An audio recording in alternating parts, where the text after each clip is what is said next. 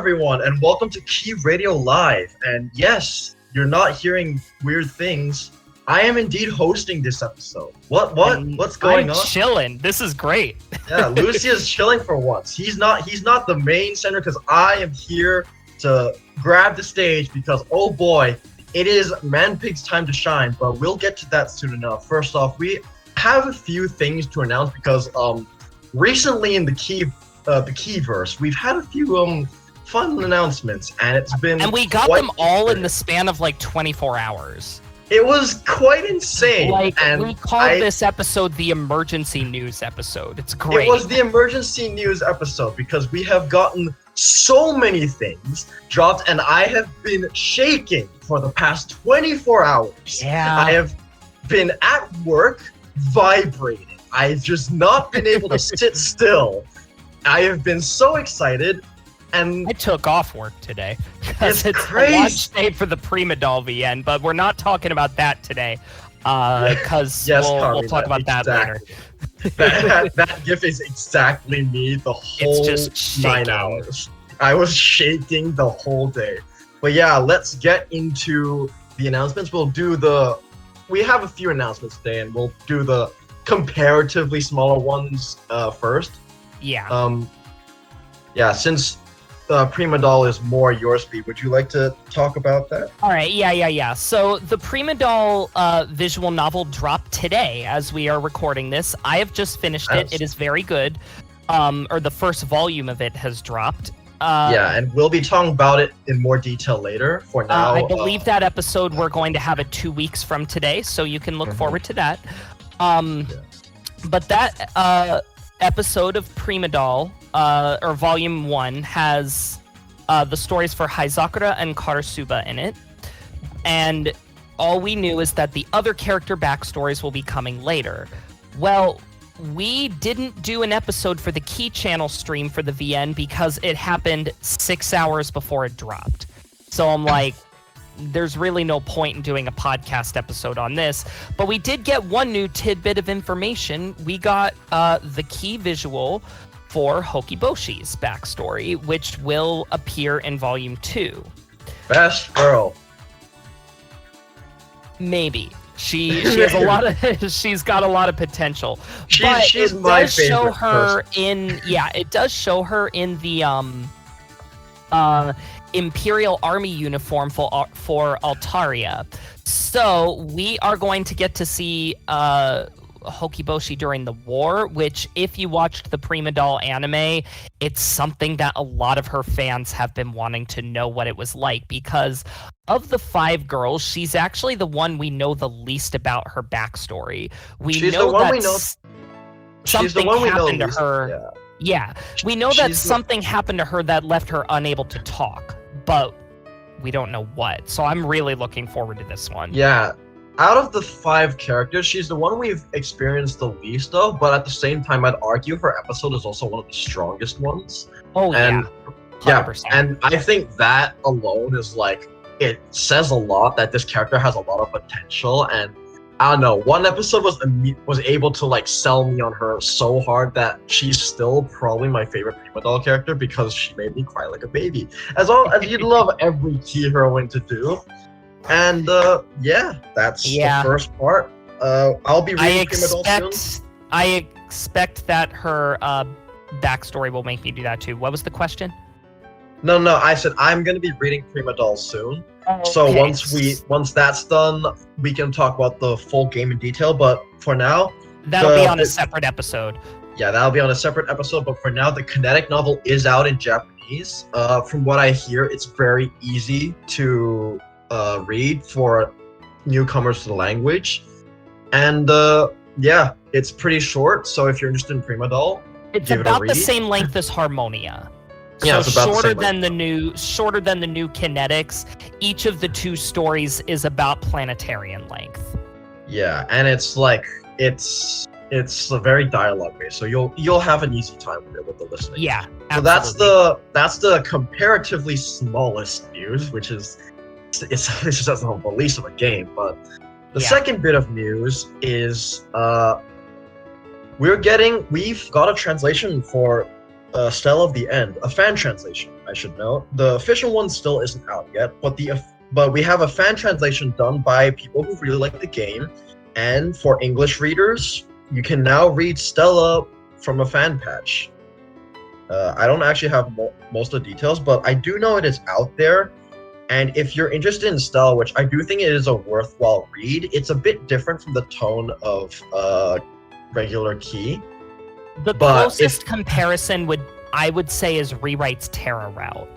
Yeah, I would also agree, and that makes sense because it's the same writer. Yes, but this is a Romeo Tonica VN. We should know. And I haven't read the translation myself, but Utori has, and they have spoken quite highly of this translation. So which is good. It's good, especially considering it is Romeo, who is notoriously difficult to translate. From what I know, Stella is one of the easiest things to read from Romeo, but yeah, Romeo is very still Romeo, you know. It's still Romeo, yeah. So I guess I'll throw this in here now while we're talking about Stella. Keyverse is doing this summer. We briefly touched on it during Battle of the Works, but we are having a rewrite book club this summer, and that will start during the first week of June. However, I do want to gauge some server interest on if we want to have just a Romeo Tonica Key book club season and do Tsui no Stella book club as an opening act. So we would do 1 week on Tsui no Stella, followed by our planned 8-week rewrite book club. So if you guys are interested in that, I am going to leave a poll in #announcements probably sometime in the next few days. So watch for that and react to it if you want to do a Tsui no Stella book club. Yeah. Also, Kamina, a book club isn't something you need to do before. It's basically in fact, it's the perfect time to read it with everyone else. Yeah, it's basically everyone reads a route for a week, and at the end of the week we discuss it. That's essentially what's going on. Yes. So you have a full week, and everyone experiences the stories together. We all share our thoughts and opinions. It's not a podcast. It's like a group read, but it's like a purely chat. So but everyone each week will end with a podcast episode. Yeah, each week we'll discuss it. That's like the capstone of each week. It's how we did it for Summer Pockets. But you read it later than the book club. Kamina wasn't here for the Summer Pockets. I remember now. It took me a bit. Yeah. But don't worry. We'll be doing the rewrite book club later this year. So if you haven't it will run from early June into mid-August probably. Yeah. So if you haven't read Rewrite, you might want to wait. This is the time. This is the time to do it for the book club. So just a little bit of the plans for that.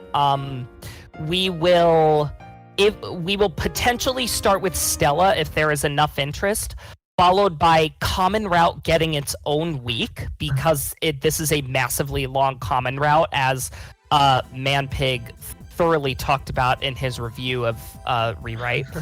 I do think it's very long.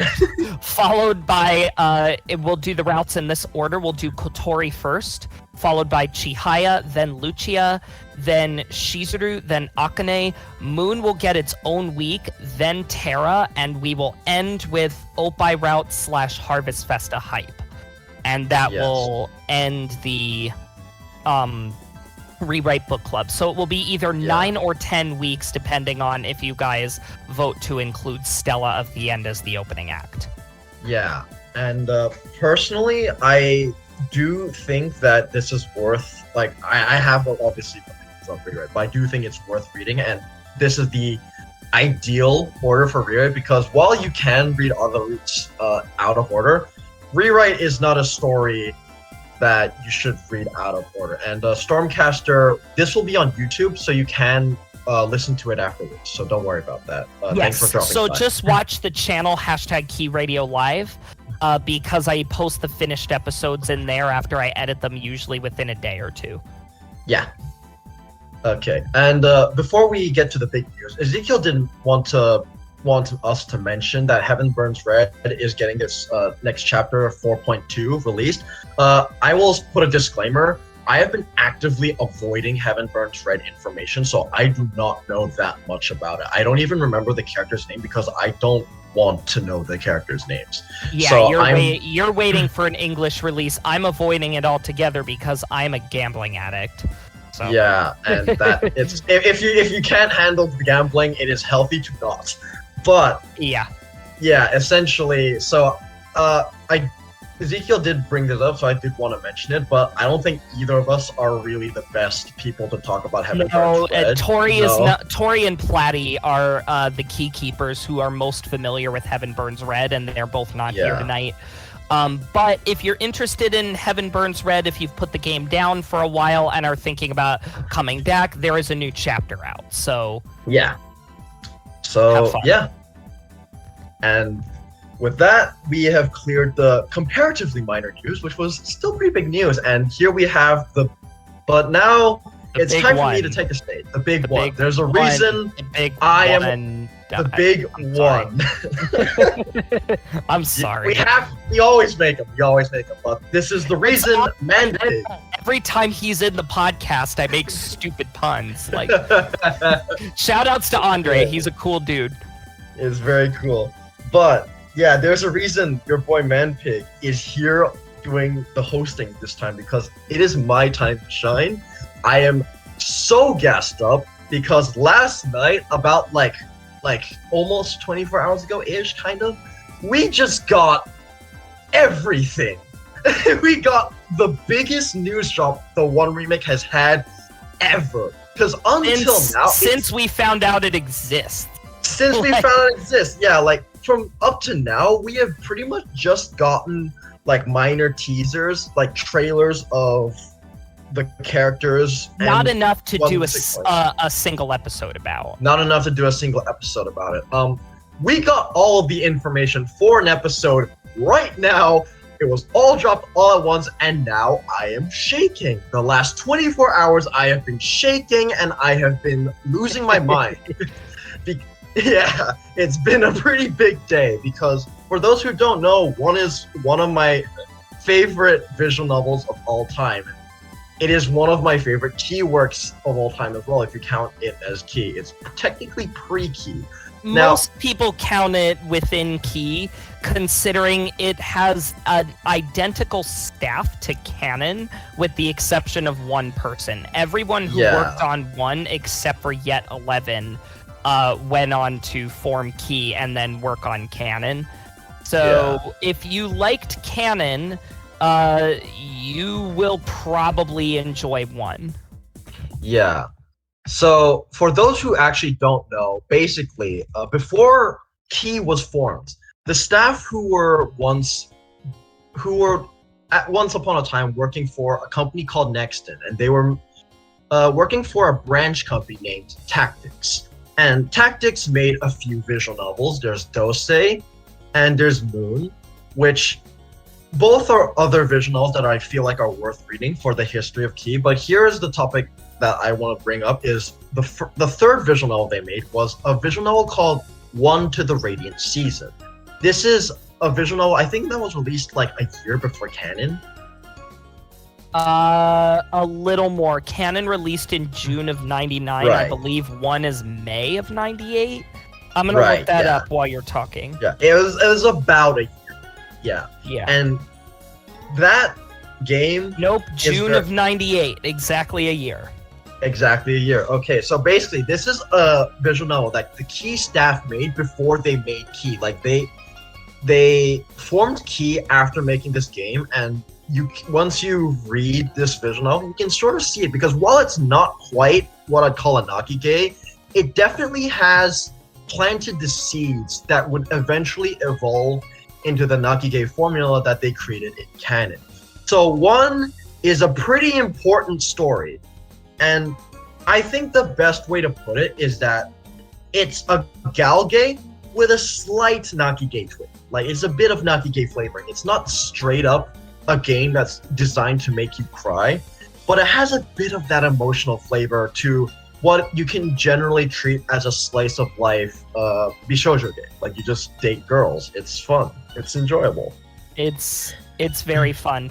I think of it like it's similar to the Two Heart franchise, if you've read any of those, but it's got that like key twist to it that makes it stand out.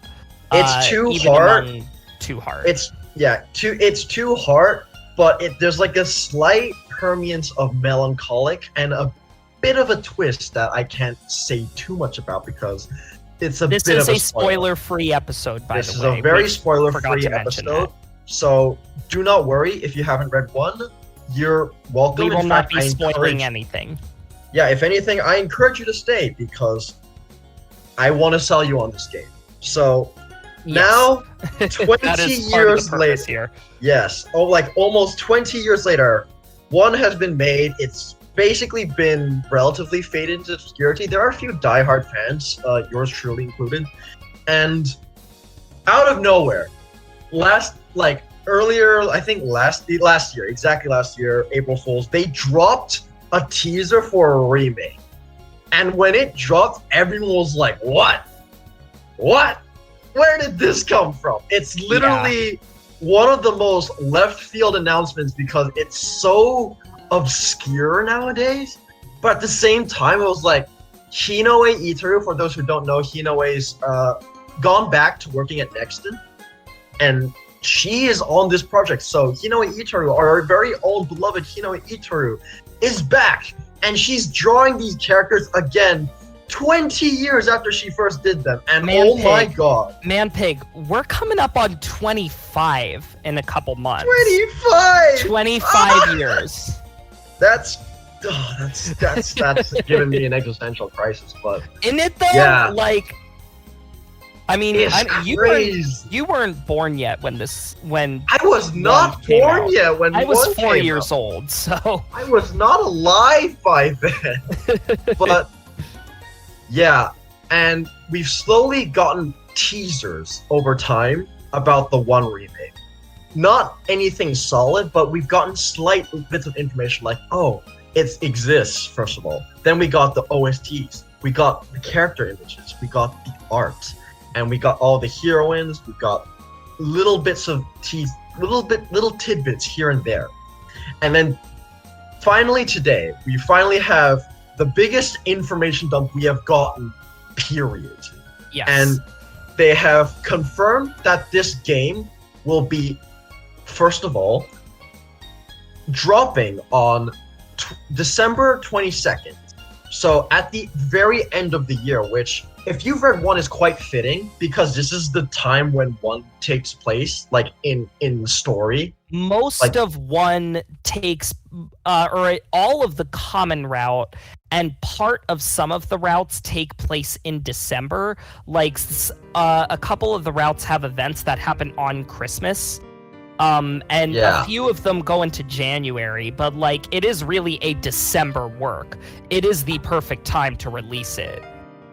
And yeah, it's very thematically relevant, and pre-orders are going up in exactly a month now. So May 26th, that is when you can start buying this game. And oh boy, please buy this game. Because for those who don't know Nexton, they are very much not making this kind of content normally. This is very much an exception, and it looks like they are putting their 110% budget into what's Nexton basically is a parent company of basically just a bunch of Nuki-Gate developers. Exactly. So this is very much a risk. It's very much something that looks out of their comfort zone, and it's something that they have put a lot of money into.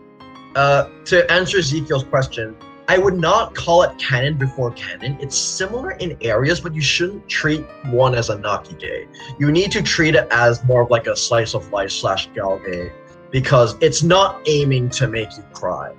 It might do that if you get attached to the characters, but you're here in one for the slice of life and relaxation vibes. It's sort of a blueprint, yeah. Yeah, I like what Shiroha said. It's a blueprint for what would later become Key's Nakige formula. Yeah, I'd still say the first true Nakige is canon. One just sort of like got the idea in, and canon developed it into something unique. So, yeah, but if you do like slice of life stories, one is pretty much up there as one of my favorite pure slice of life stories. And I would agree with that, absolutely. yeah, it's not a Naki game, but I kind of cried. Kind of cried. Oh, I definitely cried. I cried at It's very good. 2 of the routes. So Yeah. And the biggest news is that this visual novel is not only coming out on December, but it will be releasing on, and here we go, Nintendo Switch, Microsoft Windows 10 and 11, and most importantly, Steam. Yes, this game is going on Steam, which means it managed to get past all that censorship tag stuff that just keeps so many visual novels in. So we have pretty much confirmation that this is going to be an all ages release. Exactly, which is another point to it being a massive risk because Nexon never releases all ages though. I don't know a single Nexon work that is not all ages. Even the original one, like the only all ages release is the obscure PlayStation version nobody played. There is no all ages PC release of the original game. Exactly. So this is a massive risk, and it's clear that they are trying to bank everything on this one game to try and create a new identity for this company. And you know what? I kind of respect that, and I kind of want this to succeed, because if this goes down, I'm going to be so sad, because I love Keep. But you know what'd be great? If we had more great companies that made good stories. I want that. Can we have that? Yes. It would be really nice. Like Nova Mikis, who is the developer of the remake, was a company formed specifically for this remake. I don't know what their plans for it are after this game, but if this game succeeds, I would like to see more. Same, exactly the same. To answer Ezekiel's question, I don't know how much they'll tone down about the original. We haven't seen everything, but what I will say is I actually would not mind a bit toning down, because there is a few bits of content in the original one that has not aged well. Like for the era.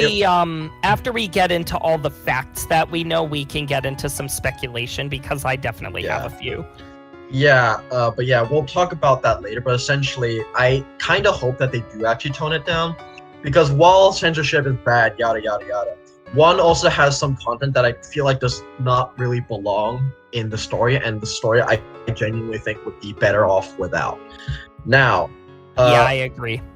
Yeah, now we got that's the first announcement, and then I was already screaming at the idea of this being on Steam, because also another thing about this being on Steam is that there's exponentially a higher chance that this will get an English translation, or at least down the line they're thinking about it, because Steam is not a platform most people use in Japan. It's definitely, there are a few visual novels that are Japanese only that are on Steam, like for instance, not many though. Like Heaven Burns Red is the only real main example, but it is not a system very popular in Japan. Most people just download the games or buy the games themselves. So the fact that they are trying to get this on like Steam, things like DL site. DL site, yeah, exactly. Or so DMM. The fact that this is on Steam is already like a huge sign that they are at least looking into making this a worldwide release. And if we are, I'm going to cry tears of joy. Well, it'll also be funny if that happens, because that means we would get one officially translated before Canon and Air, which is just weird. Like, that is very crazy, but at the same time, I'm so for it. So imagine me already seeing this. I'm like, oh my god, we got an announcement. This is going on Steam, and then I click the link again, and I'm just like, but wait, this site looks different. Oh yeah, it looks different. It's a full site now. A teaser site is now a full site, and we have everything now. We have an introduction to the story. We have all the images previously. We have the trailers all available. We have character art. We have bios. We have galleries for the background, CGs, everything. Everything dropped all at once. And I was like, what? Yeah, it's perfect. That was like at that moment, Manpig shut down, rebooted, and it was just one mode for the entire next 24 hours. I have not stopped for a second thinking about this visual novel. Even during work, I just wanted to go home and just talk about it. You should have seen like the DMs I woke up to, because like you saw the drop live. I didn't. I was sleeping. So, but when I woke up, like the first thing I do is I grab my phone and I check Discord, and like I had like normally I'll have like 1 or 2 pings in the morning. I had like 12, and most of them were full of expletives. So about just like people freaking out over the announcements. And 6 of them were me. Yeah. I think so. Yeah. I was very excited because, as I said, one is one of my favorite visual novels, and yeah. So, what is this about? Well, happily enough, we do have introductions and bios here. What I will say is, neither me and Lucia are very fluent in reading Japanese. I'm good at listening, but Same. we now have a bio. So for those who don't know what one is about, basically, one is a story about connection. And I won't elaborate too much, but the setting is 1998, winter of 1998. They specifically specify that. So that's already a good sign, because this story... They're not trying to over-modernize it. Yeah, they're not trying to change the setting. Like, for instance, the Tsukihime remake, they did update the setting to be in 2010, which I actually don't mind, because in Tsukihime, it's fair, it fits the setting, it doesn't really change much of the story. But with one, they are clearly trying to be as faithful as possible. They are, in a simple term, nostalgic for the 90s right now. It's perfect. In a simple word, they are nostalgia pandering, and you know what? I am pandering. It's working. I am the target audience. Same. And yeah, and basically, the story is mainly about a boy named Kohei, and he is living life. That's it. It's a slice of life. It's what you expect. But the thing about what Kohei feels about his life that makes him a bit different from your average Galgate protagonist is that he feels like that life is unchanging and boring. He feels like he is disconnected from the world he's currently living in and doesn't feel much for it. But there seems to be a slight warmth, a slight emotion perhaps, and as we will learn through the story, part of a big theme about one is making a connection with people, and namely the importance of falling in love, I guess, as per it is for a lot of regular Galgate. But this is basically a story about Kohei opening up from his daily life and finding the joys by spending time with all of these girls. Yeah, each of these. I want to answer Ezekiel's question. So, like Tomoya, not really, because Tomoya has a troubled past that Kohei doesn't have. So it's definitely a very different vibe there. Not worse, just different. Yeah, Tomoya is a delinquent, and it's like that's not a critique. He is literally a delinquent, and that makes for a more interesting thing. Kohei is literally just a normal person who is very, very bored to the point that he is disconnected from reality. He feels like he doesn't have any purpose in the world. He feels like the world is moving on without him, and he doesn't have the heart to care. And one is basically a story about going past that and finding the radiant season, as per the name is. It's about coming back. Kisetsue. Yeah, Kagayaku Kisetsue, the shining season. About finding the little joys of life, and that's what the story is. And I love how the site specifically says this is a story set in 1998. It is a refinement of the popular PC game One Kagayaku Kisetsue released during that era. So what I love about 1 as a Galgate is that it's, to me, somewhat of a time capsule of the era. As Nari, to answer your question, as I said just a few minutes ago, it's released in 1998.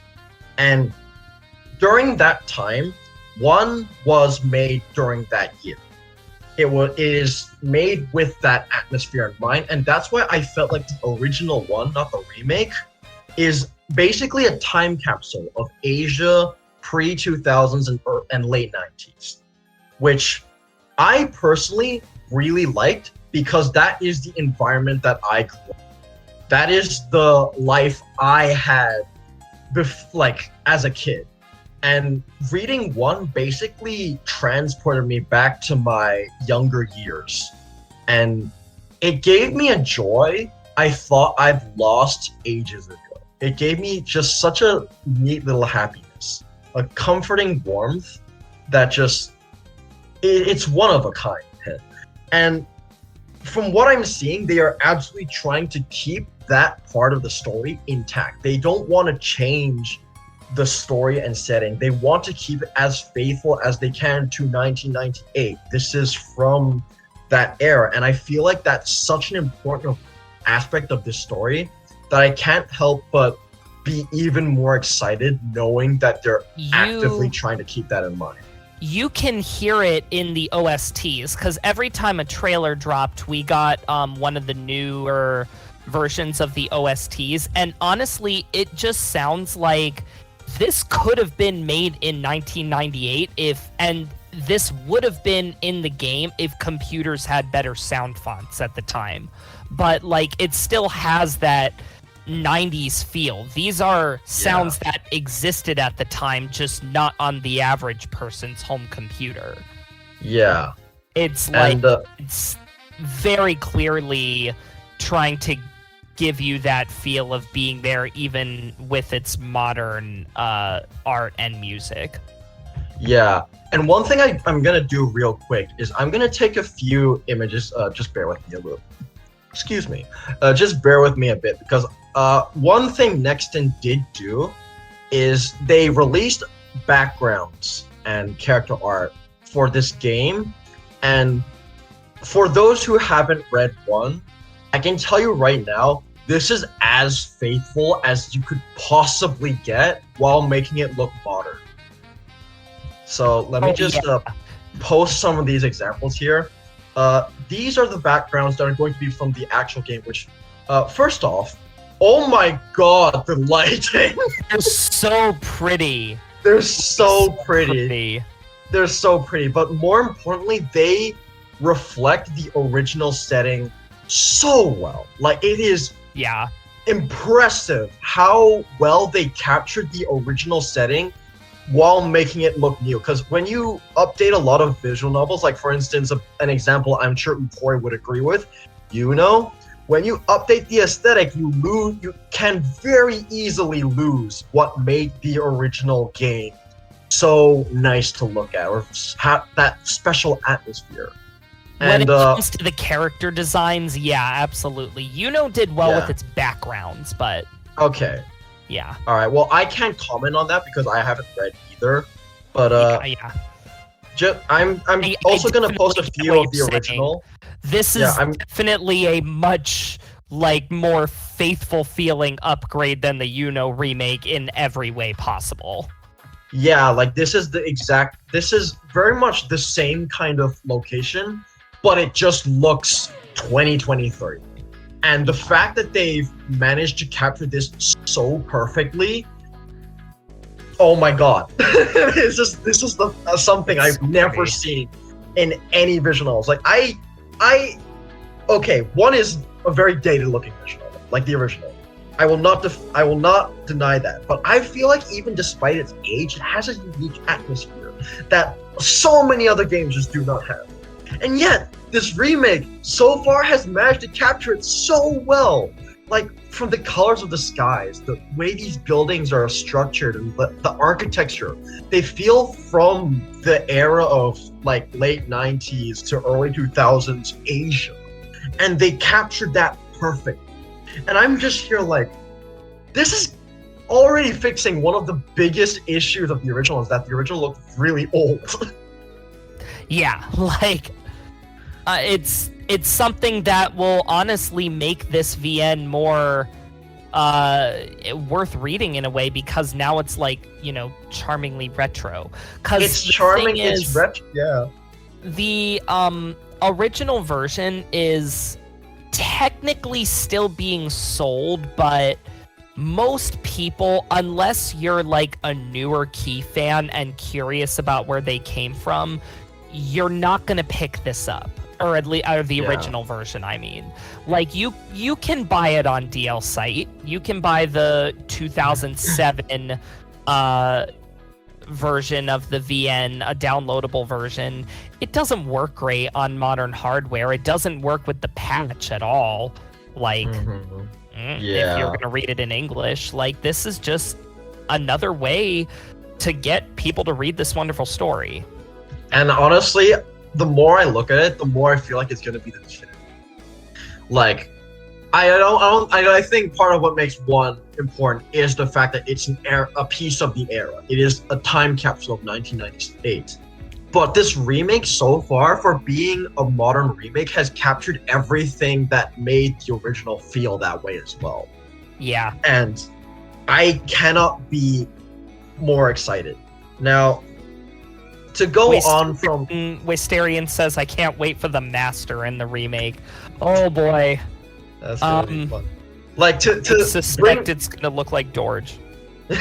Can't wait for that. But yeah, to bring like attention is that in the shopping district background, they even kept the moon shop. Like, that's literally an Easter egg. Yeah, I actually didn't know that, notice it until you pointed it out.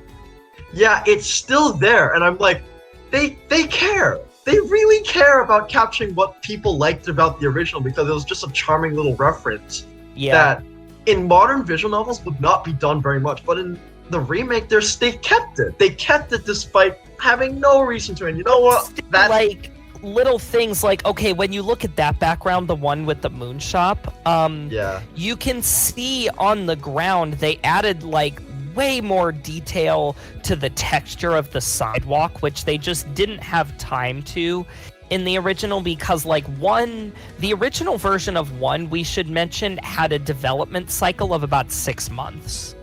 It's crazy. Like, it's development cycles were just shorter then. The remake, as far as we're aware, like if we go based on when Hinoue Itoru was hired at Nexten, because that's the generally accepted date for when we think development on this started, this will end up with about a 2-year development cycle. Yeah. Which already seems short to me for something that looks this fantastic. Yeah. So, okay, now we have gone through pretty much the second biggest thing, which is the art, because we had not seen the backgrounds. Actually, I should point out, the backgrounds are done by an artist called Mocha, who is known for making Re-Life and Trimit, both which are not visual novels translated in English, but for those who have read those works, you know that Mocha is pretty much one of the best background artists in the entire industry. Like, not even, like, this is not a niche artist they've gotten. This is one of the best artists, and I don't know about you, but I can kind of see it. These backgrounds look gorgeous. Like, everything about them is so perfect. The detail, the lighting, chef's kiss. And they managed to get him. And I can't believe that. Okay. And now I want to talk about the biggest thing they revealed, because they have announced... Oh, I'm so excited for this part. We have the character designs and the character bios. All of them. Every single one. Before, we were getting like one character at a time. First, we got just music. You didn't even get the characters. We got their like sprite, and that was it.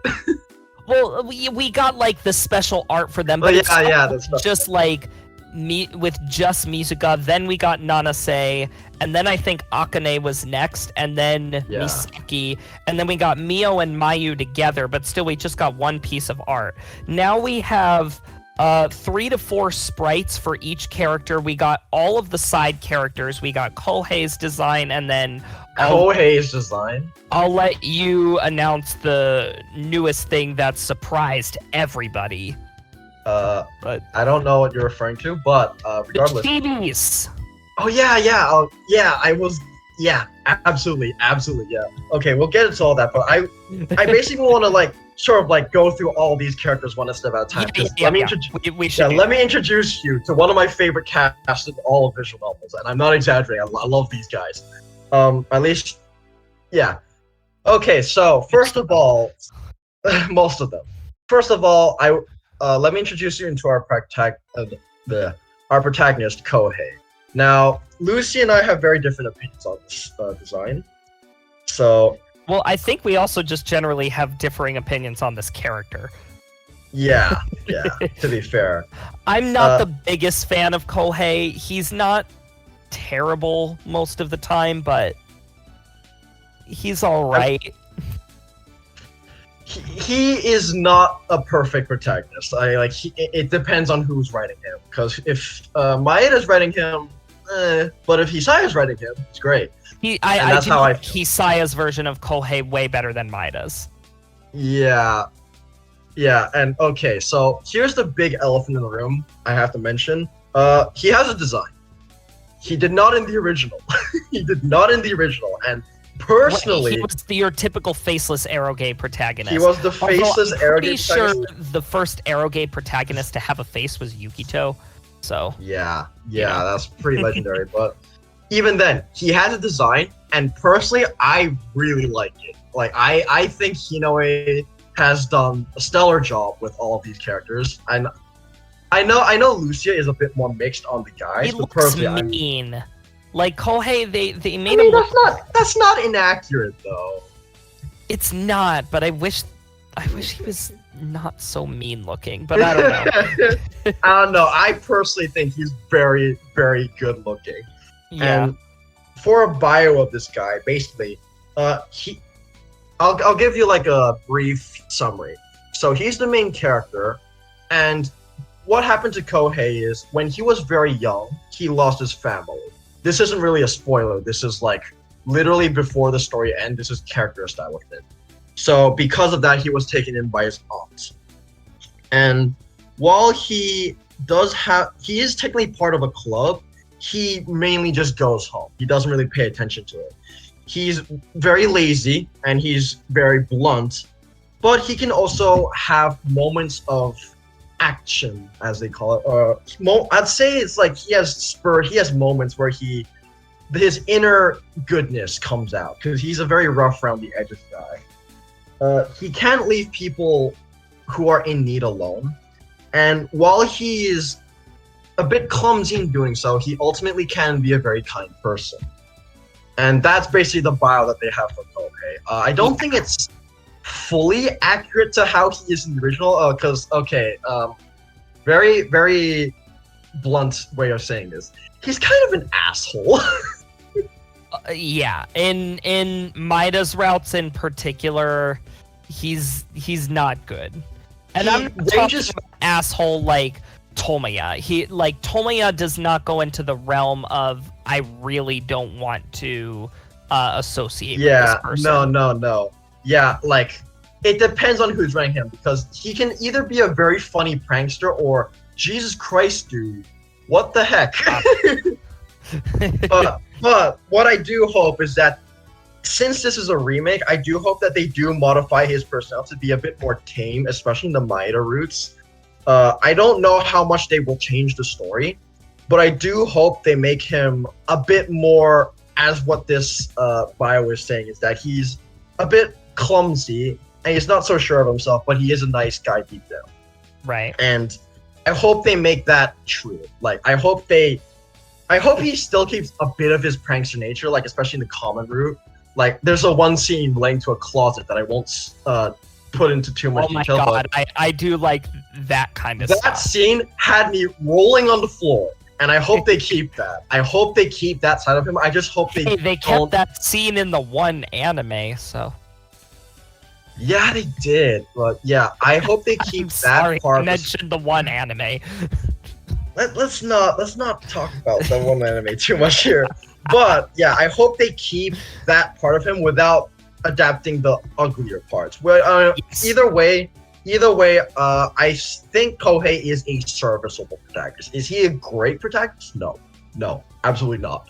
But I don't mind him, and especially in the common room, I find He definitely doesn't ruin the visual novel by any means. No, I wouldn't say so. Like, this is not a reason to not read it, for example. Trust me, there are plenty of protagonists in visual novels that where I would just say they're bad enough where you should not read it. Kohei is not there, so yeah. that's something. And yeah, okay. With the protagonist done, it's time to get to the real reason we all play Galgame. The heroines. Let me introduce you to my beloved Nagamori Mizuka. Now, what we have with each of the heroines is we actually both have a bio and also Kohei's opinions on each of the characters. Like cool. Okay. Yeah. So I'm gonna first translate or abridge the bio and then Kohei's opinions on it. So, give me a second. Mizuka is Kohei's childhood friend and classmate. She's a bit of a meddlesome person who comes into his house every morning to wake him up, and she's constantly worried about him. One thing that they do mention is the birthdays of each character. Mizuka's born on September the 26th. And as we can see in the image, we have CGs. And not just regular CGs, but chibi CGs, which is what the heck?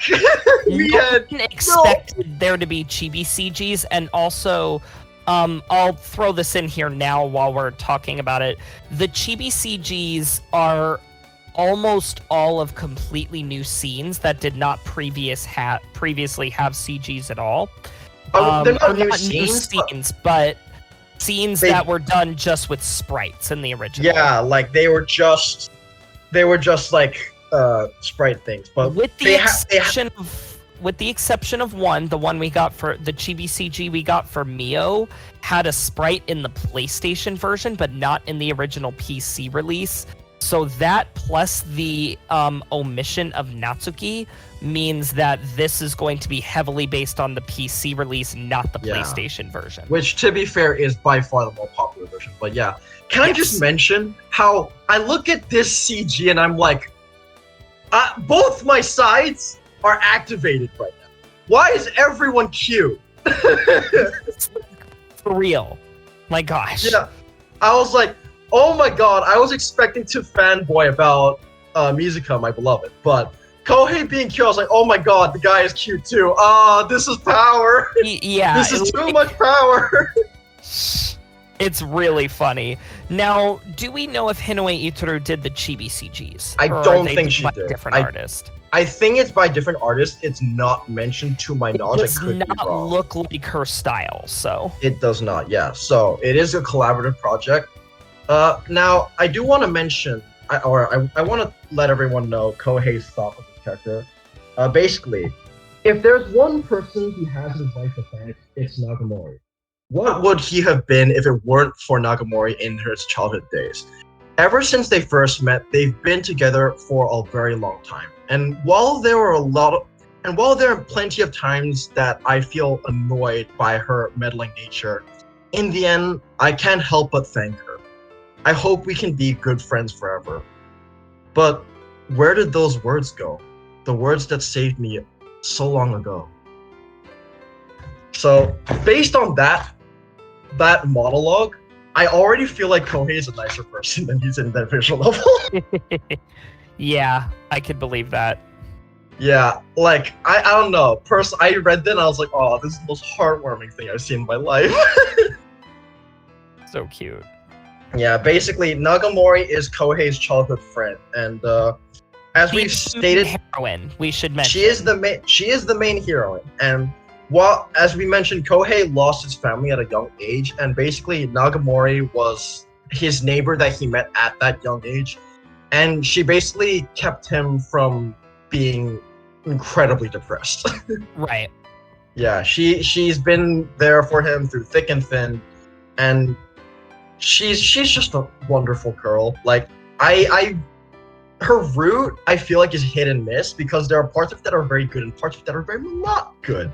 But in terms of her character, I feel like it's very hard to dislike Nagamori. She's one of the more popular heroines, definitely.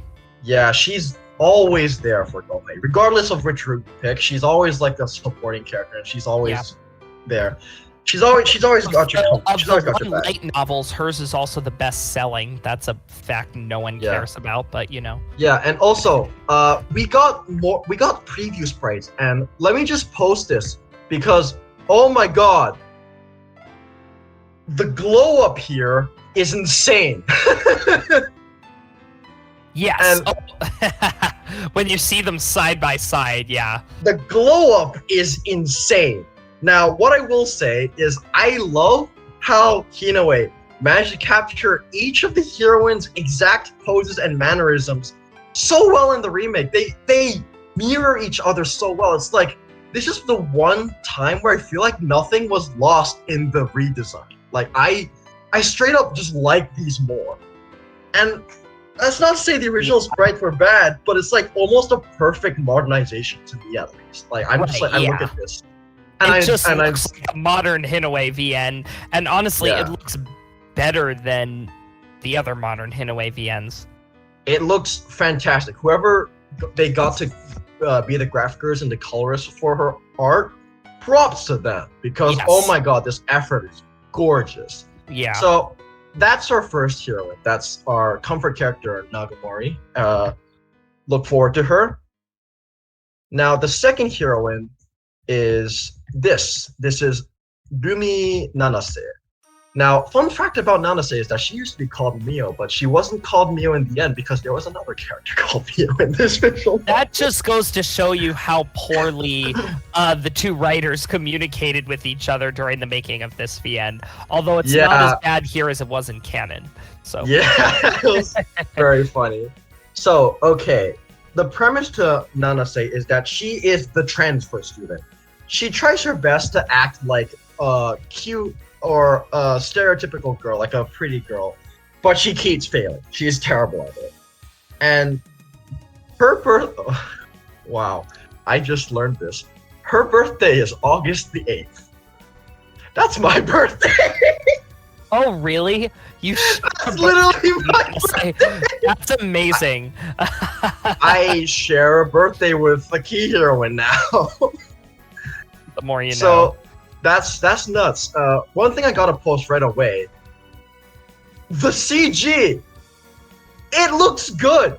Okay. Now, This was one in the original. This was one of the CGs that people like to meme on because in the original VN, I'll be honest, it just looked bad, and I'm like, oh, it looks hot now. Like, what not to diss Hinoue Itaru, my beloved, but oh my god, that CG looked awful. Yeah. Let me see if I can pull it up. Let me. Okay, got it. Here is the original CG. It looks terrible. It is one of the worst CGs I've ever seen in my life. Yeah, there's a reason it gets memed on a lot.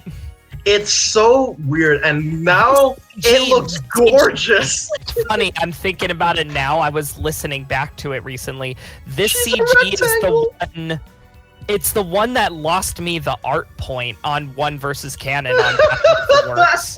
Like, if not for that CG, I would have won the art point. Yeah, it's crazy. Like, she is a rectangle.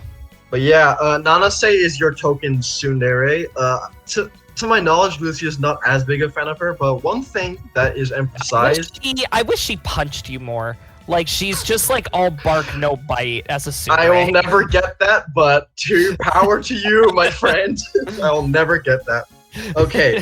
Just being honest, I'm sorry. Okay, so here are Kohei's thoughts on it. A transfer student who I bumped into randomly on the first day of school. A very stereotypical encounter, at least that's what I'd like to think. But her personality is a bit, No, actually, I'm afraid of what will happen if I continue, so I won't say anything.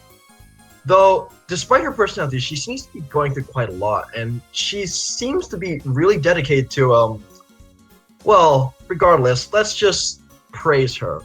Nanase, a girl who is forever pursuing the heart of a maiden, being an ideal maiden. But I doubt you'll ever get there. Ouch. But kind of true. So I'm kind of true, and that is accurate to Kohei's character. He's just a bit of a prankster. Yeah, sounds about right. Yeah, I don't have the strongest opinion on Nanase, but I don't dislike her either. I think she's a great addition to the cast, and honestly, I feel like she worked better as a side character rather than the main heroine. Is that just me? No, in particular, I loved her in Mayu's route. I also agree. She was great in Mayu's route, and also something I should mention is that the new art style really pronounces Harak. I just gotta put that out there. Yeah. Moving on. Moving on. Okay. Okay, now we have Lucy's best girl. Best girl, let's go. I love Misaki. Yeah. Here is Misaki Kawano. Now, for those who don't know Misaki, you might notice a bit of thing about her design. And here is there's a bit of a reason for that. Misaki Kawano, Kohei's senpai who has lost her eyesight in an accident ever since she was in elementary school. So while she carries the handicap of being in darkness all of her life. Despite that, she's a very sociable and positive person that doesn't give off the impression that she's actually blind. She loves cutlet curry in the school cafeteria. Her birthday is June the 3rd.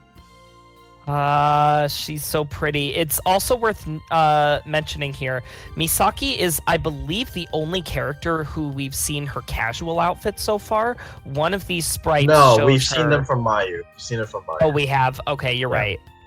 Yeah. But yeah, excuse me. Her hair got a bit of a redesign too. There's a gradient on it now. It's really gorgeous. Yeah.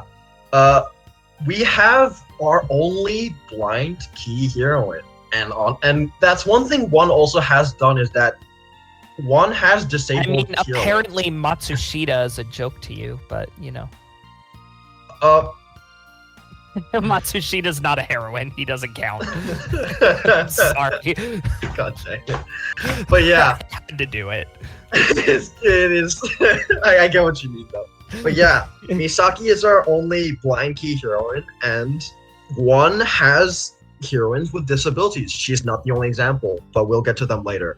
Misaki, despite being blind, is a very cheerful character, and honestly, one of the best examples of having someone with a disability I've ever seen in fiction, period. Oh yeah, absolutely. It is like... I can't really talk about how it's utilized in her route, but it is both utilized tastefully while also like not shying away from it at all. It's like, it's the perfect balance. But yeah, I think Misaki is a fantastic character, and if you're interested in reading how Ki tackles a heroine with a disability, I think Misaki is the best example, like by far. It is like there are very little people out there who dislike the Misaki route. It is excellent. If she interests you in a bit, I would even say yes, read the visual novel. She's great. Like, the visual novel is worth reading just for her route. Now, granted, there are other good routes in this visual novel, too. Hers is still my favorite, but, you know. Yeah, absolutely. It's one of the best. Now, here are Kohei's thoughts on Misaki. After school, on a roof dyed in the red of sunset, I met a girl that I didn't know. A girl with cold eyes and a warm smile. It is right after that I found out that this girl was my senior in the 3rd grade. And at the same time, I finally learned the meaning of those cold eyes.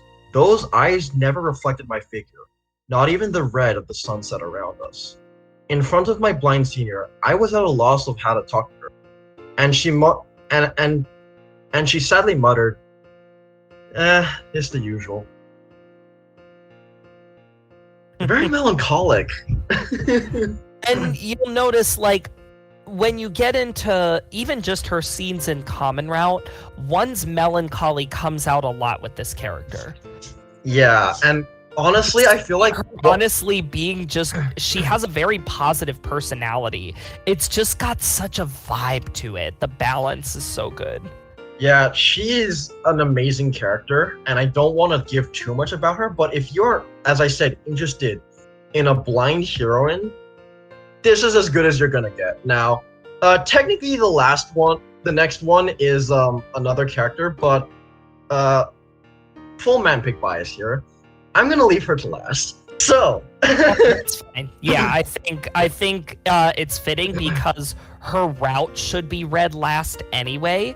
Yes, yes, absolutely. So I will skip that one, and let's talk about the next one. This is Mio Kosuki. Now, she is a bit small, but that's also because she, compared to Misaki, is our junior. She's in year 1. Kosuki Mio, Kohei's junior, or Kohai. Kohei's Kohai.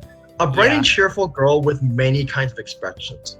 She can't actually speak a word, so she always carries a sketchbook with her for communication. She takes part in the drama club. Birthday, June 4th. Now, you heard that right. We have a mute character as well. And that is consistent with all of Mio's scenes, is that she doesn't say a word. All of her lines are written, like, in canon, and she doesn't have a voice actress, at least not in the original visual novel. She did get one in the anime, and I'll never forgive them for that, but that's for another time.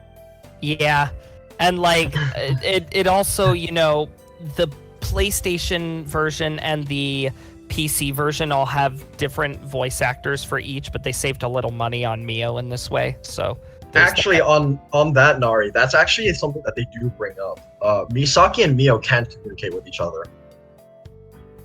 Yeah, and it's actually really cool the way they do it, because sometimes they do it through Kohei, but there's one scene, I think this scene's in the anime, where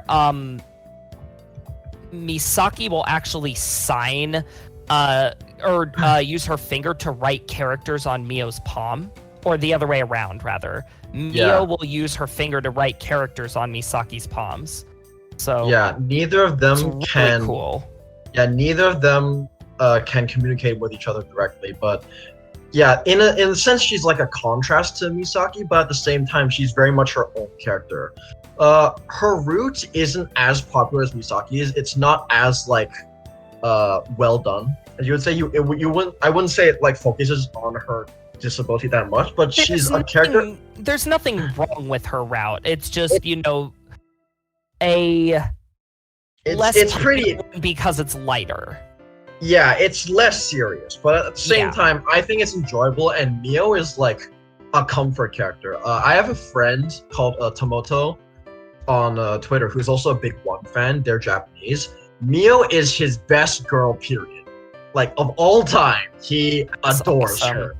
Yeah, and it's always nice to just like connect with your friends or connect with people based on the love of this character, and Mio was like that character for us. Like, we bonded over loving one and loving Mio, and it was just a great time. Let me pull up Kohei's thoughts on this character real quick. Our first encounter was at the school cafeteria. Since that time, before I knew it, you were always right next to me, smiling and looking up. It was almost like I had a little cheerful little sister. I don't know why, but having her around was always so fun. And before I knew it, it seemed like it was natural. No matter what I do, I try my best, and it seems like it's a bit of a difficulty, but I'm sure they don't realize it. I think that's my guess, and I'm not entirely sure on this translation because I can't read Japanese very well. I guess is that there's something that Kohei is worried he's bothering Mio about, but he doesn't know what it is. This And, sounds like Kohei in this route because this is a Hisaya route, which means we have nicer Kohei. So that sounds logical to me. Yeah, for those who don't know, basically the Maeda routes are Nagamori, Nanase, and Mayu, and the Hisaya routes are Mio, Misaki, and Akane. So this is a Hisaya route, so you have a more nicer Kohei here, and there's something related to these characters that Kohei doesn't know why he's being a bother to him. But also, I gotta mention that the Chibi CG for this is like one of my favorite scenes in the entire visual novel. For like this is the one I was talking about. This got like a normal CG in the PlayStation version, that has turned into a Chibi CG here. And it's also one of the best CGs ever because it literally shows both these characters. Hilarious! It's all so of these funny. characters' personalities in just a single image. We have this adorable Mio tripping over, Kohei just screaming, and then we have Misaki clueless, sitting in front of eight plates of curry, empty curry. She's just vacuumed them all, and it's just out of context. It's and funny. Yet she still has a figure like that. Like, dude, it is so good. Yeah. I love this. I love this CG. It was like the moment I saw this, I was like, this was the best idea of all time. Best idea of all time. Misaki's great, dude. Kamina, you're gonna love Misaki. Oh, she's so good. Oh, I'm so looking forward to that. Absolutely. Okay, and the next heroine we have is Mayushina. Now, this is the most. I don't want to say the most. This is the most mixed reception heroine out. She's controversial. She's controversial, but there's a reason for that, and I do understand the vision. Now, let's describe that. What is Mayushina's Before we even get into that, the description, let's just throw this out there. The main reason she's controversial is not going to be a factor in the remake because it's her H scene. Like, her H scene, it's not good. It's just not existence good. Makes her route feel really icky. Like, because in the PlayStation version where the H scene doesn't exist, it doesn't feel nearly as bad. It's just when you put it in there, it feels icky because Mayu is a middle schooler. So she is at least 2 years younger than Kohei, and she acts quite a bit younger than that. Yeah, this is Mayu. I just realized I forgot to post. But, okay, Mayushina. She's a girl who is both younger than Kohei and Mizuka and refuses to go to school.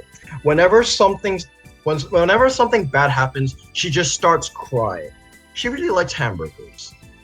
Now, the thing about Mayu is that her disability is a bit more subtle compared to Mio and Misaki. Is that she's got a bit of a learning impairment. So she doesn't have the same, let's say, cognition as other people her age. She's like autistic. She's a comparison that you wouldn't know, Manpig, but like a lot of people who have read this novel, she's like ROA from Swan Song. So if you've read that, good VN, by the way, if you haven't. The main heroine, ROA, is very similar to Mayu, though I do think ROA is a little better portrayal of it, in my opinion. Yeah, now, what I will say is, depending on the type of person, it will bug you a bit. Like, it is a very patience-testing route, but I feel like that's the point, because that's kind of how it is for people like this in real life. Yeah, she's absolutely not, and to be fair, I felt that way too. I was very annoyed a lot of the time reading that route, and while I wouldn't say I enjoyed the route, I will say I understand why it was written the way it is because it's a genuine depiction. Is that Mayu has a learning impairment. She's not as smart as she should be for her age. She's like a kid. Ezekiel asked, is she like IU? Not at all. No. IU is just childish, but she still is cognitively 17. You can tell. She just has, she's just being silly and is aware she's being silly. I would Mayu's actually, very different. I would compare her closer to Makoto in that she is more of a child, but like not and as I mean like route Makoto. I don't mean common Makoto here. yeah, exactly. Like she's a bit of a child.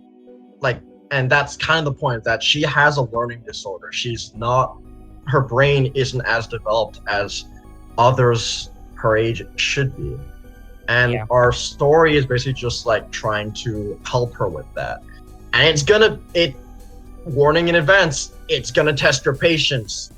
That's kind of the point. So I will say you don't have to enjoy this route. In fact, I didn't enjoy this route technically, but I do respect the route because it's trying to raise awareness for a genuine issue. And I think it does it pretty well. Right. And again, it's going to be better in the remake just because of the fact that the H scene is not there. Like, I did enjoy this route. I did like it for the most part. I thought the epilogue especially was just a really fantastic piece of Maida writing. The H scene just contextualizes it in a very gross way. It's not good. Like when we're talking, I was saying this to I forget who a few days ago. What most companies like VN developers, you argue about which H scenes are the best. With Key, you argue about which H scenes are the worst. When arguing about the worst Key H scenes, it really comes down to two: Mayu and Makoto. So if you've read Makoto's H scene, you have an idea of what you would expect in the original. I would argue Makoto's is not nearly as bad as Mayu's personally, but that's just I don't know. They're both terrible. I don't like either, but I actually felt pain just knowing that Mayu's exists and knowing that it's compulsory and I hate it and I do not like it. Okay, let's get to the premise or Kohei's thoughts. When I first met her, it was when she lost her only friend, though it was actually a ferret. They eventually quickly became attached to both me and Musica, but whenever things would happen, she would always throw a tantrum. She's a very annoying person who always screams out the name of her ferret whenever she's upset. But I want to respect the thought that she's trying to interact with people properly for the first time in her life. Mew might have passed away. Mew is the name of her ferret, but Mew passed away. But what started from that was her journey to adulthood. The journey from this is Sheena's journey. That's Kohei's thoughts on it. It's cute. It's cute, but as I said, I just hope they remove the H scene because it's nasty. But yeah. I will warn everyone in advance. Teach you how adults celebrate Christmas. Oh, no. Let's completely forget that. But okay.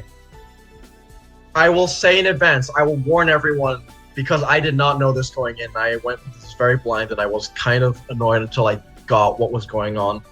This route will test your patience. If you want a fun time, this ain't it.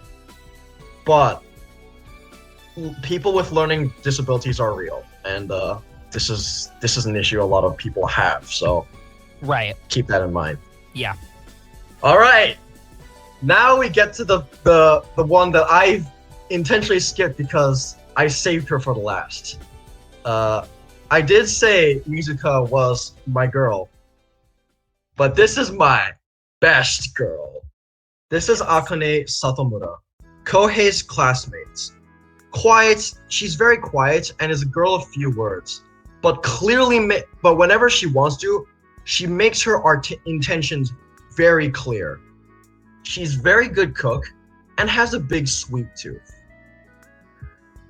Now, first of all, her design's gorgeous. I'm very biased, but I think her design's friggin' gorgeous. I love the braids. Yes, The braids the so braids pretty. are iconic. The braids are so iconic in EVZ. They're her main attack. She uses drills. Oh my But god, I forgot about that. That's true. yeah, it's great. It's great. But basically, Akane is the kudere of the series. If Nanase is the token tsundere, Akane is the token kudere. But she is one of the best done kuderes I've ever seen in all of visual novels. Oh yeah, like this is not like a prototype of the archetype like Nanase is. No, Akane like can still sit with the best of her archetype. She is genuinely because a she is well-written deeper character. than her archetype, you know? Yeah, Like- she's genuinely a very well-written character, but you can't get into why without spoiling her route. Now, anyone who's listening to this, who's planning on reading one, there is no route order for one technically. There's a recommended route order, but there is no route order. But whatever you do, finish the story with Akane's route. Yes. It is this very is- much intended to be the final route. Right. This is like it's weird, and it's weird that she was not the heroine on the front of the box. And I think the reason they did that is because Mizuka just has a wider appeal. Akane with the blonde and the braids is And she's a bit also more niche in Akane- 1998. yeah. Mizuka is the comforting childhood friend. Akane is cold, like she is the kudere, but her story is very Right, much she's designed. supposed to be the mysterious final girl. Yeah, but Akane is the story you should very much finish last, and this is one of my favorite routes in all of Key. Like, I'm very biased when I say she is my favorite character. The closest I would say is Shiroha, and not the Shiroha you think I'm talking about. What? How do I say it? If you've read Pocket, you might have an idea. But okay, yes. Yeah. Yes. It's not I the agree. Shiroha you think I'm talking about. But she has a very good story, and I think it's really worth reading. Now, let me bring up the Kohei's thoughts on this character. A rainy day with dark clouds. I happened to leave home early from my house, and I met a girl under a pink umbrella. That was Akane. Although, we're technically classmates. Though until I met her then, I never really noticed her. Since that moment, I began talking to Akane often. She seems to push everyone away, but I feel like she's waiting for someone who's touched her heart. At least, that's what it seems like to me. But sometimes I really hate that feeling of being avoided. That's Kohei's thoughts on her. Ooh, that's really good. Oh, that's gonna be so cool. I I'm cannot very wait to reread this route. Me neither. Akane is one of my favorite key heroines, period. Like, I am already, like, okay, what Lucy is to tsunderes, I am basically to danderes, which is close to kuderes, but I do like kuderes. Yeah. And she's one of the best of them. And everyone, if you like one, all I remember, read her last. Hi, Akane Spiral. last, yes. Hello, Spiral, my fellow Akane friend. We were just talking about her, yes. But yeah, Spiral has an Akane PFP right now. It's Yes. perfect. that is timing. one of her CGs in the original game. But yeah, Akane is my best girl, and read And her for route me, last. she's a very, very close second. Like, Yeah. Misaki will always have my heart, but I do think Akane has the best route for this game. Even though, like, Misaki was a bigger emotional hit on its own, Akane is the one that is the route that brings one together as a story. Like, even though Yeah. this is a game that does not have a true route, there is still a route that ties all of the other routes together, and it's this one. Yeah, I genuinely think that Akane's Road is one of the best things Hisai has written, and if you're interested in one, Absolutely, look yeah. forward to it. Absolutely look forward to it. And on what who said it? Who said it? Who said it? Who said it? Ah, there we go. On what Wasterian said, honorable mention to Shiko. That's who we'll talk about next. All right, sub characters. We got all of these designs at once. Yes, we got all the characters. We did not just get the heroines and the protagonists. We got the side characters. Here is Shiko Yuzuki, Akane's childhood friend, a student from another school. She seems a bit worried about Akane, and even goes to the school that Kohei attends. She's a bit of a pushy person. Her birthday is May the 7th, and I don't think I mentioned, but Mayu's birthday is May 15th, and Akane's birthday is it's April the 21st, so it was earlier this week. Yeah, that's right. Yeah, happy belated birthday. Happy belated birthday to Akane. But one thing I gotta mention right away, Shiko has 2 sprites! What? Why is that weird? Oh right, she had the original. Oh, not her. Yeah.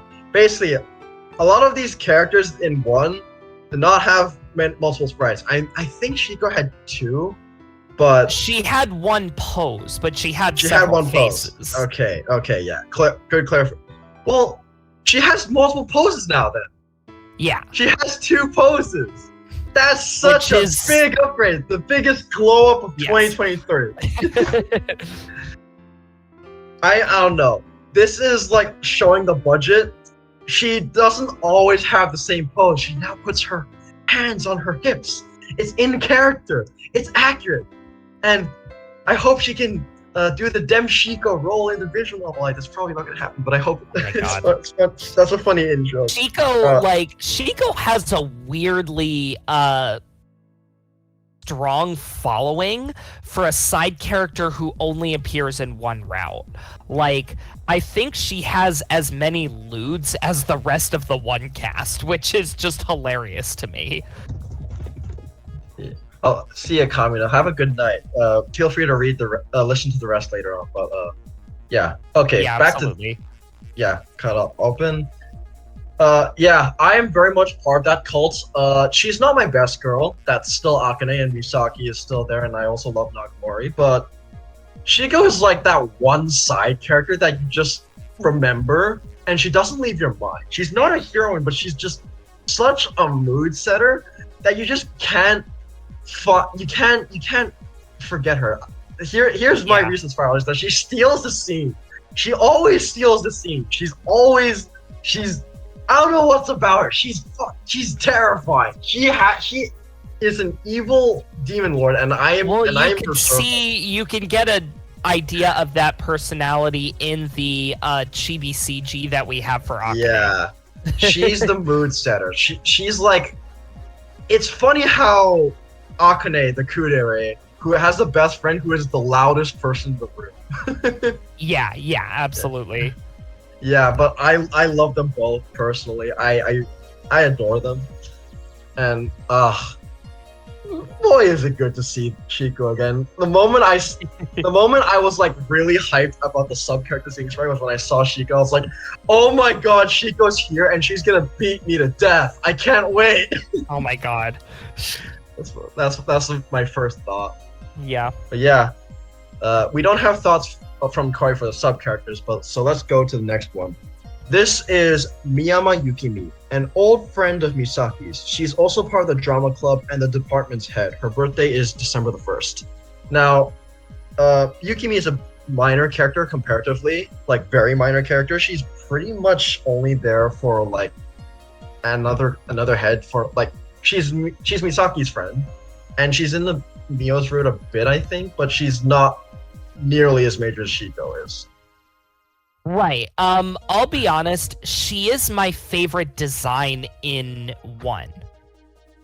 Oh, which is a bit of a hot take, but I was about to comment on that. Is that Oh my god, her new design is gorgeous. Oh yeah, I should mention. I'm talking about design. Design here. Her new design is so pretty. It is gorgeous. Oh my god. I was like, wow, you really went hard on this, Oh my god. But yeah, unfortunately, I wouldn't expect too much of Yukimi. She's pretty much just a side character. She's there.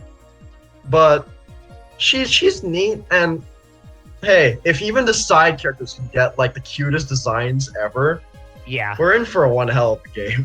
Yeah. We're in for one hell of a game. Yeah, I know, right? Hino is just nuts. Okay, I have to admit, it's been 2 years since I read one. I don't remember you.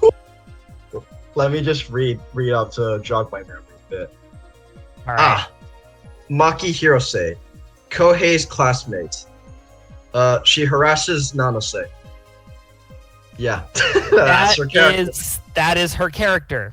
That is her character. Okay, now that's not fair. Maki is actually kind of important to Nanase's development. It's just not as immediately obvious why as Shiko or honestly Yukimi, because like Yukimi, while she's a bit lacking in personality, it's very clear like what she's doing for Mio. Maki doesn't have that, and her personality is just kind of she's an annoying rich girl. I hate her. She's a character not meant to be liked very much, but her design is kind of cute. I have no thoughts on her design, and I don't remember her. I subconsciously erased her from my memory, but yeah.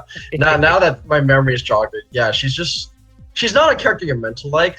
Don't read one for her. Read one for Misaki. Read one for Akane. Read one for Nagamori. Yes. Heck. Yeah, we got good characters. Anyway, I guess you can look forward to her. And now we got to the interesting talking points that me and you can finally discuss. First of all, this is crazy to me. Mamoru Sumi. He sucks. He's one of Kohei's. I like how they explicitly say it. He's one of Kohei's bad friends. That's literally the only line of description. I do not like this character. I want to see him in a meat grinder. I really hate him. But so basically Sumi is the worst. Like, I would not go that far. I don't have strong feelings on him, but he's basically the prankster, except he doesn't have a heart of gold. He's just a prankster. But his pranks often feel mean-spirited. They're very mean-spirited. That's like, his character. He's just a prankster. He's a dick. Like, I don't like him. But I wouldn't say he's a dick. He's just like Tsunohara, but worse. No, like Tsunohara has so many good moments where I cannot even put the two of them in the same category. Like, my very, very minor clan spoilers. Don't forget, Tsunohara does have black hair. Oh my god. Yeah, that's crazy. You forget it so easily, but Tsunohara has black hair. But yeah, Sumi is basically the prototype until he dates Kotonoha, but yeah, he's the quote-unquote bro character, but no not one's really. Gonna get that reference. He's kind of just a like he's just that guy in class. He's like not really. Well, that popular. is his role. He is the bro character. He just. I wouldn't say bro. He's the guy. He's the guy in class who you can't avoid, but he's always there, and he's always like ruining everyone's lives. He's there, and honestly, is school really school if you don't have these kinds of people? I wouldn't say so. Yes, there's always that guy. Also, now I can actually mention it. Oh my god, he has 2 sprites! Yeah. He still has only 1 pose, but that's okay. He has 2 sprites! That's mind-blowing! It's mind-blowing. Because, yeah, remember, basically, this guy has the Kitagawa syndrome of having 1 expression, 1 sprite, and a bit of dialogue in the common group. He's very funny. Yeah. But yeah, that's him. And now we got our final character that we've seen. And you won't meet this character for a very long time. This is Hikami Shun. He's a member of the music club, just like Kohei. That's his character. Okay, here's the thing. Hikami is actually a secret route you can unlock after beating all the heroine route. Or actually, was it all the, you only have to beat one route. One of them, yeah. But it's recommended to read him last. If I recall correctly. I don't agree with that. You don't agree with that? I usually say read him immediately before Akane. So you do the Right. first 5 heroine routes, then read Shun, then Akane. Because Shun's route gives a little teaser to something that will happen in Akane's route. Shun was originally completely unadvertised. He was a secret character in the original game. We don't even know which of the writers wrote his route. Based on how it's written, I'm going to guess it's Hisaya, and that seems to be the more popular guess, but we don't really know. We don't know a lot about this character. And I'm just gonna say it, his design, it just looks worse in the remake. I completely disagree. I am with Spiral, I am very down bad for him. And that was the discussion we were always gonna have. He does not look bad, but like there was so much charm to like his unkempt appearance that's kind of lost now. Yeah, but I don't know. I personally love his new design. Like the untucked, like he used to have an untucked shirt that you could see beneath his jacket. You can't see that anymore. His tie was a mess. Like that was just part of his character. And now it's just, she's cleaned him up a little bit. And it's just like, okay, he is cute, but it's not fitting for Shun, in my opinion. I don't know. For the record, this is the one design that I think is a downgrade in the remake. I mean, to your own. Personally, I'm still a huge fan of it. I think he's very cute. Fair. He's a good. He still looks good. He still looks good. Yeah, and the deal about Hikami is that his route is essentially the exposition dump, but it's not like an actual exposition dump. It's like vague hints. But what it's about, I literally cannot say without spoiling one of one's major elements to the story. He is the most spoilery character in the game in some ways. Yeah. Because his route is the only one with a route lock. Yeah, because... Now, granted, we don't know if the remake will have the route locks. That has not been confirmed. I think it should. I genuinely think it should. I do too, but the reason I think it might not is because this time he was advertised. He was advertised. And he was not advertised for the original version, so... I don't know. We'll see. But yeah, basically his route is a vague explanation to really things good. that It's will such happen. A good route. I also agree it's a good route, but it's a vague explanation to things. You'll see what it's about. One is a very interesting story. You go in for the slice of life and you come out with fun. Okay. With that, that's all the characters done. And from what we see, the original scenario is still done by Tactics. The designs of the scenario editing is done by Novamika. So this is gonna be a bit rewritten. And it will be in 1080p, so high quality game. And the price to be decided, rating to be decided. But yeah, it's coming out soon. And that's the one remake information we all got. A lot of good stuff. And bear in mind, all of that we literally spent an hour and 40 minutes talking. Yeah. Almost 2 hours talking about this. That was all dropped instantly. No Maida Hisaya involvement in the remake, not directly, no. Because not to our knowledge. Maida is very busy writing HBR right now, and Yeah, Hisaya that is in the middle of writing Cry Machina. Yeah.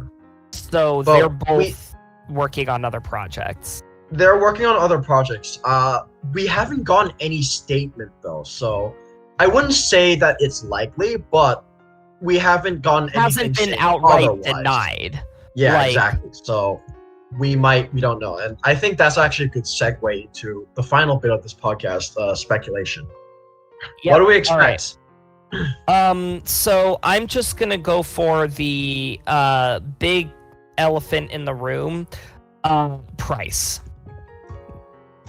I am willing to bet that this is going to be a full price game, in spite of being lengthwise less than half of a full price visual novel these days. Oh, I think this is going to be a very expensive game, and I totally see why.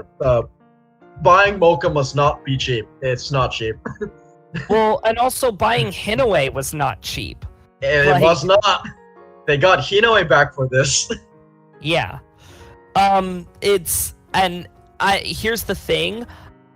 Even though it is a 25-hour visual novel, I think it deserves full price.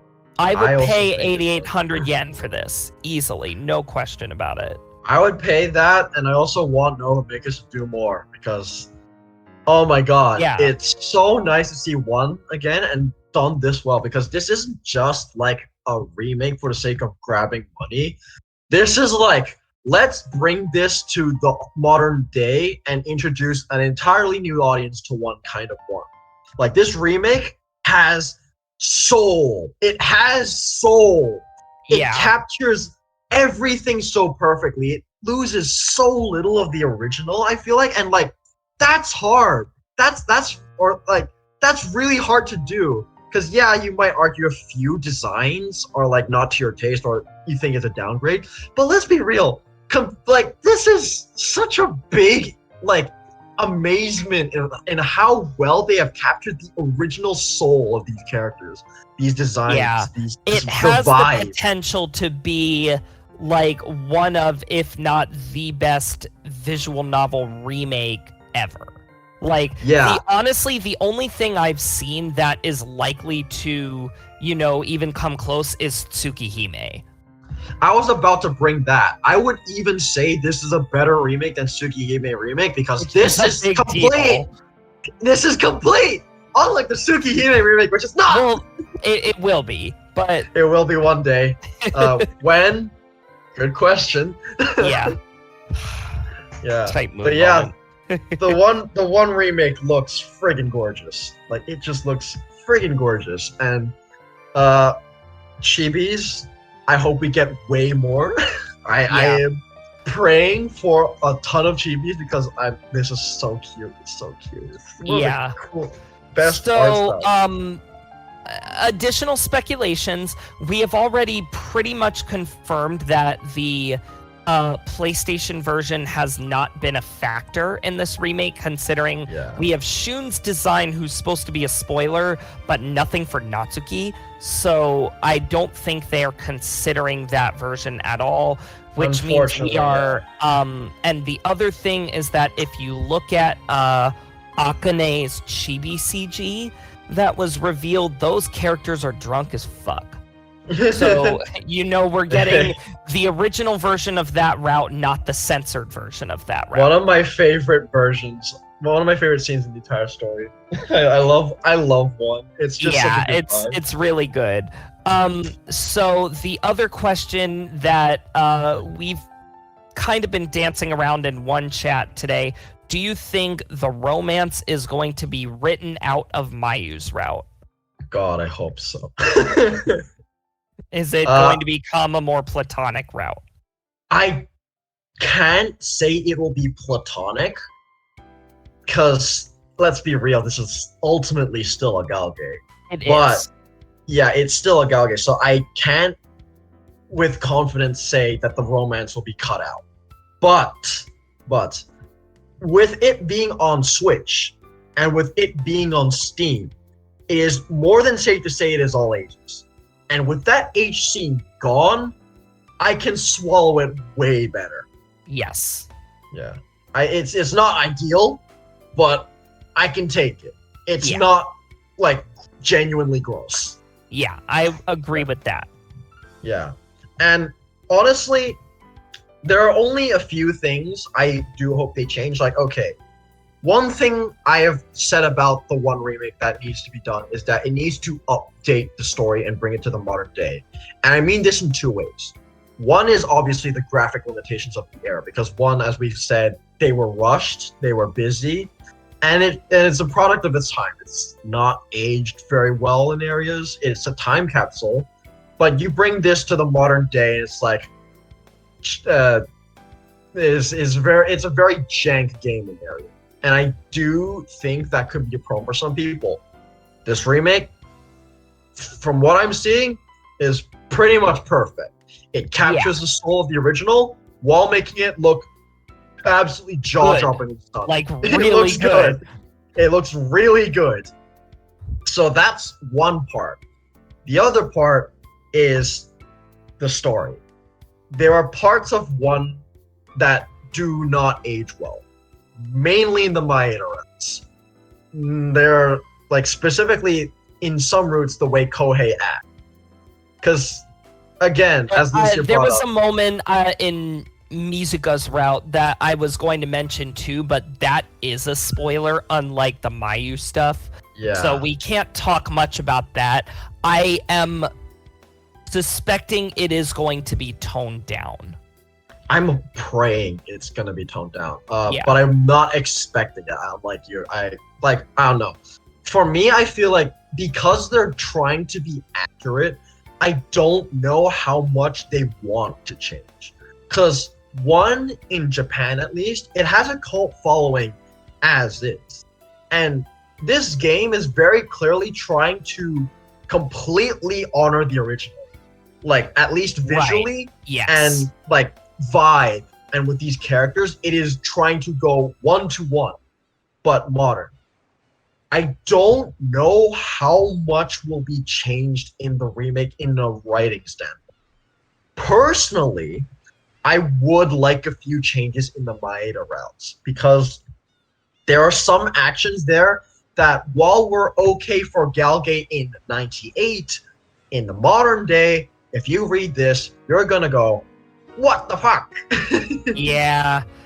I Yeah, was you're gonna like go. somewhat prepared for it by the people in the tactics server when I was first reading one. So like I kind of knew there was going to be some shit coming. If you don't know what's coming, it's going to give you a pretty big WTF moment. Yeah, it's not good, and I don't know. It's something that, if for better and for worse, it is a product of the time. Right. Will they change that? Lucia's more optimistic than I am. Yeah. I want them to change it, but I also don't expect it. Either way, I'm honestly pretty happy with what we got so far, because like, this art is stunning. Right. This art is stunning. The new OSTs are so they feel so full apart. And I don't know. One thing I that does give me hope that the character of Kohei is going to be changed is, as I just outlined the bio, they wrote him to be the best parts of Kohei. Like, from the monologue to his actual description as a character in the bio, this is like the best parts of Kohei. Like, he's a bit of a prankster, but he has a good heart. At least that's how he is in Messiah. Yes, definitely. Yeah. All right. Any other major predictions you have? Not at the time. No. I'm honestly, that's everything I can say we have. That's all that was announced. And yeah, you can buy it in a month. So please do. Yeah. All right. I'm gonna make my left field prediction. Oh, okay. Here we go. Yeah, I go through these every time we get a new key release, so I'll go through some of the other ones I've had. For Loopers, I predicted that it would do some wonky stuff with the title screen. That was wrong. Lunaria, I predicted that Meow Meowth would be spoiler, that was wrong. For Stella, I predicted that we would have more characters than the ones who were advertised. That was not wrong, but not right not either. Anywhere near the extent I predicted 4 additional characters. We got 1. So, and for Prima Doll Kinetic Novel, my prediction was about Volume 4, which we don't have yet. So my track record at the moment is 0.5 for 3, which I if I do say so myself, is pretty good. So here's my left field prediction for the 1 remake.